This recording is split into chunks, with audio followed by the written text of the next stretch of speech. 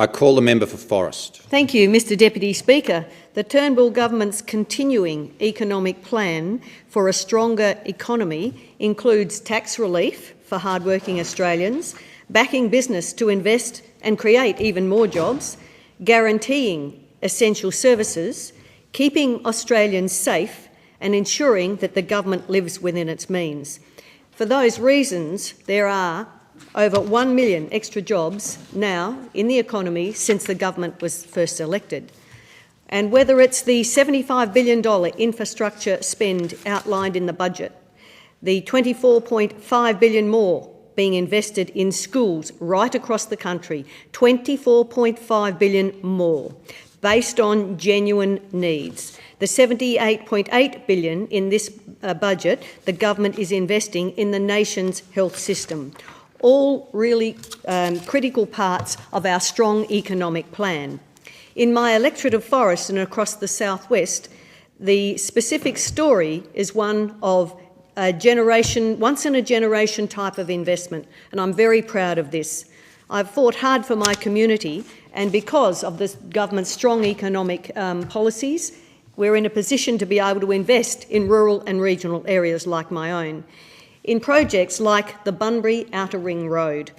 This is a $560 million investment, and you can only do that, Mr Deputy Speaker, with sound economic policies to get you to the point where you can invest in this type of critical infrastructure.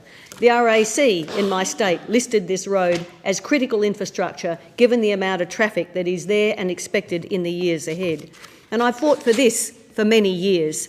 And I know that the stages 2 and 3 will be completed, and this will be a massive boon in the southwest. It will help improve both road safety, travelling time, but it will also facilitate the development and the expansion in time of the Bunbury Port and southwest industry.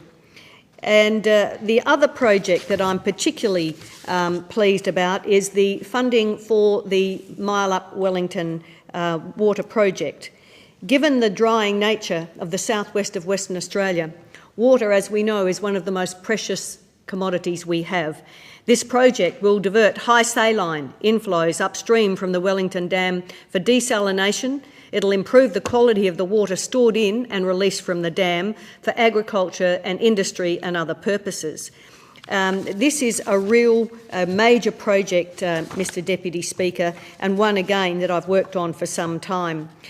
With the Bunbury Outer Ring Road, the efficiencies in the supply chain, as we know on our side of politics, are critical, especially with the amount of free trade agreements that the government has completed. This is very sound investment, and we also need to connect to the other investment we've made in the Busselton Margaret River Airport.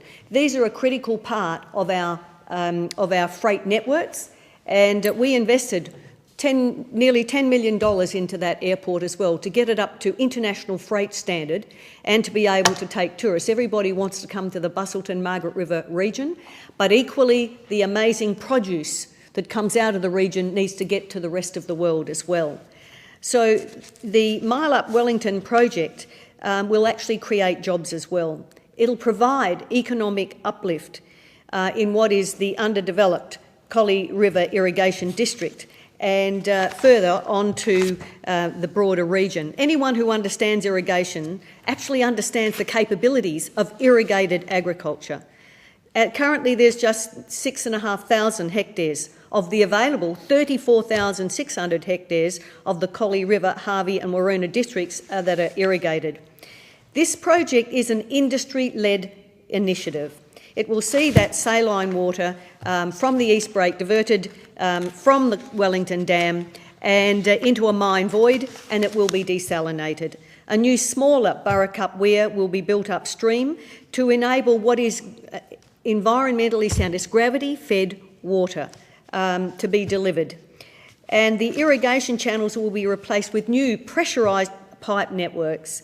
So it's a simple concept. It's about desalination, it's about piping, it's about a delivery network to fit-for-purpose uses. And when I look back, the history of the dam was built back in 1933 with Commonwealth funding. So this particular upgrade is very important and a real key part of the history of what this dam has provided right throughout the region. But when you look at it seriously, each year the East Branch that delivers the salt is delivering between 60,000 and 110,000 tonnes of salt into the Wellington Dam. Now, that's really a key part of this project, the desalination, and that is so important to the quality of what can be grown beneath the dam. And, there are a proportion of farmers who don't actually irrigate their properties or irrigate as much of their land as they could or should because the productivity just isn't there. And the quality of their pasture and production is different to that further north in the irrigation sector. So this piping system will make a huge difference, and I can see greater production and greater productivity coming out of the region. And around 10 gigalitres a year of potable water from the desal plant will be sold to Watercorp's Great Southern Towns Water Supply Scheme and stored in the Harris Dam. A really good, sound result, Mr Deputy Speaker.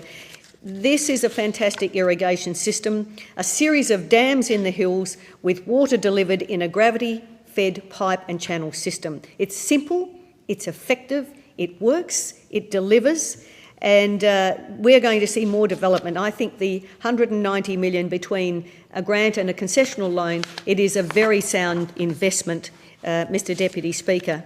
I also want to talk about the very good investment, $175.3 million in new listings on the PBS and the Medicare benefits schedule, guaranteeing the essential services that everyone around Australia relies on. But this means that new life-saving drugs and services are going to be provided for thousands of Australians.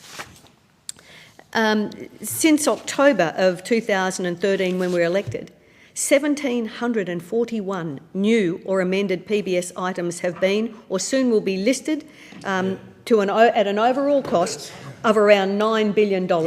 That is just an extraordinary commitment by this government.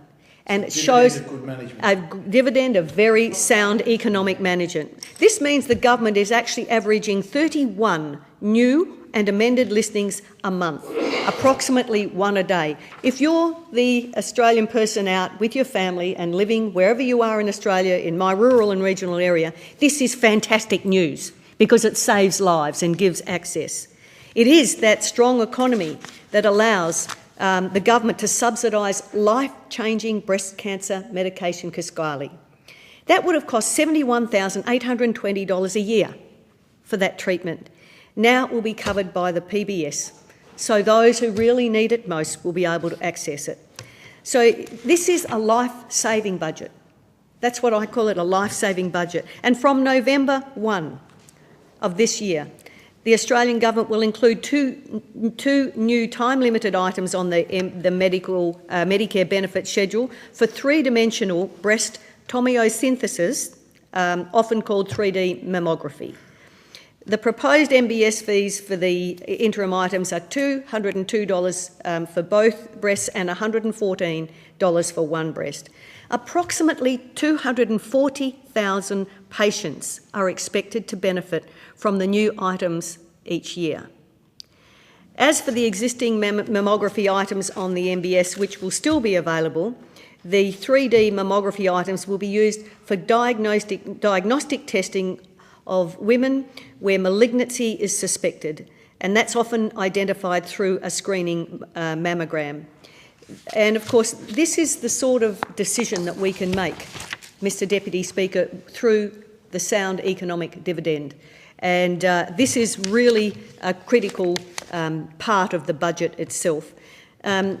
We can only do this through our strong policies and strong and sound economic decisions, not always easy. But we've also invested in this budget even further in regional education.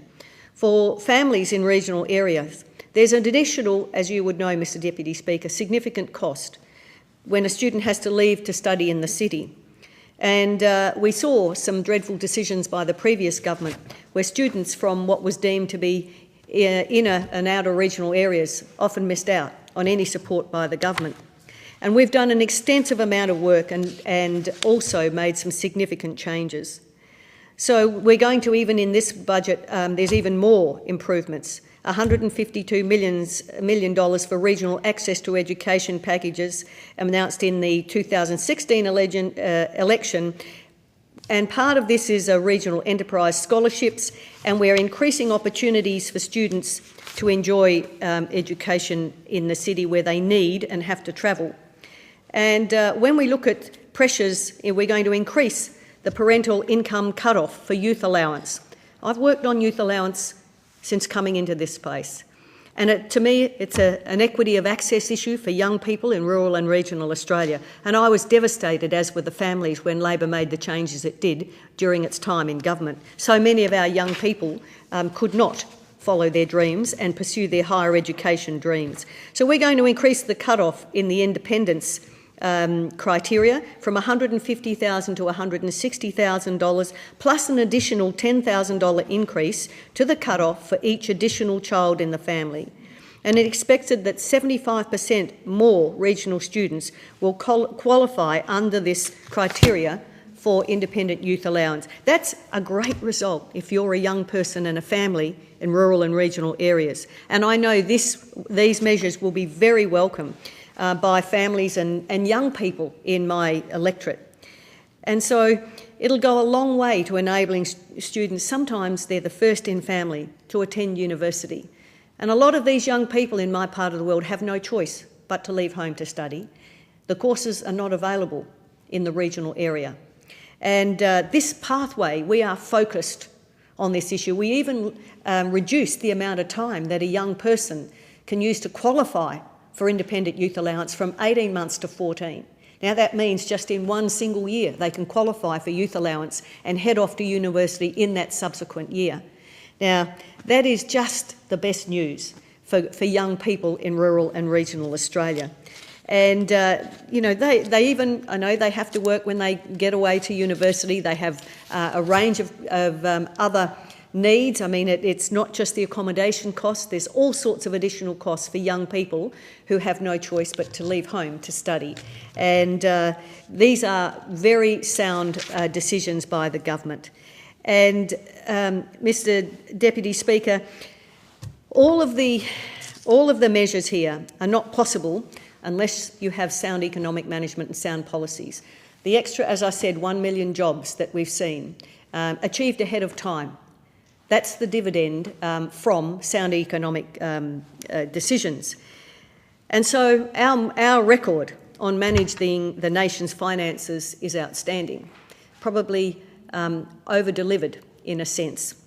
And when I look back, I was sitting in the Parliament that night when the member for Lilly rose on one budget night and uttered those, what will I call them, infamous words. We all laughed. Well, we did laugh then. We didn't actually realise the joke was on the Australian people, though. And then the member for Lilly said, the 4 budget surpluses I announced tonight. Well, as we all know, the last time Labor delivered a surplus budget was in 1989, when the Berlin Wall still divided Germany.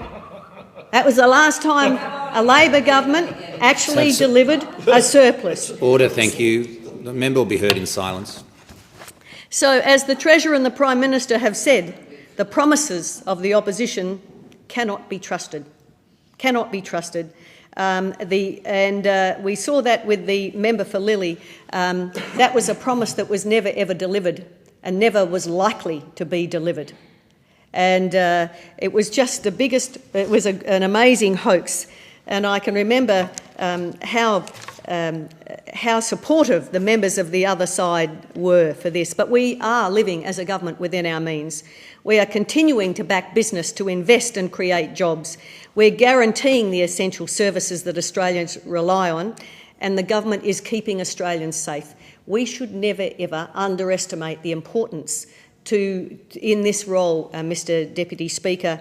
These are the hallmarks of a coalition government: sober and prudent economic management, which leads to an overall strengthening of the economy.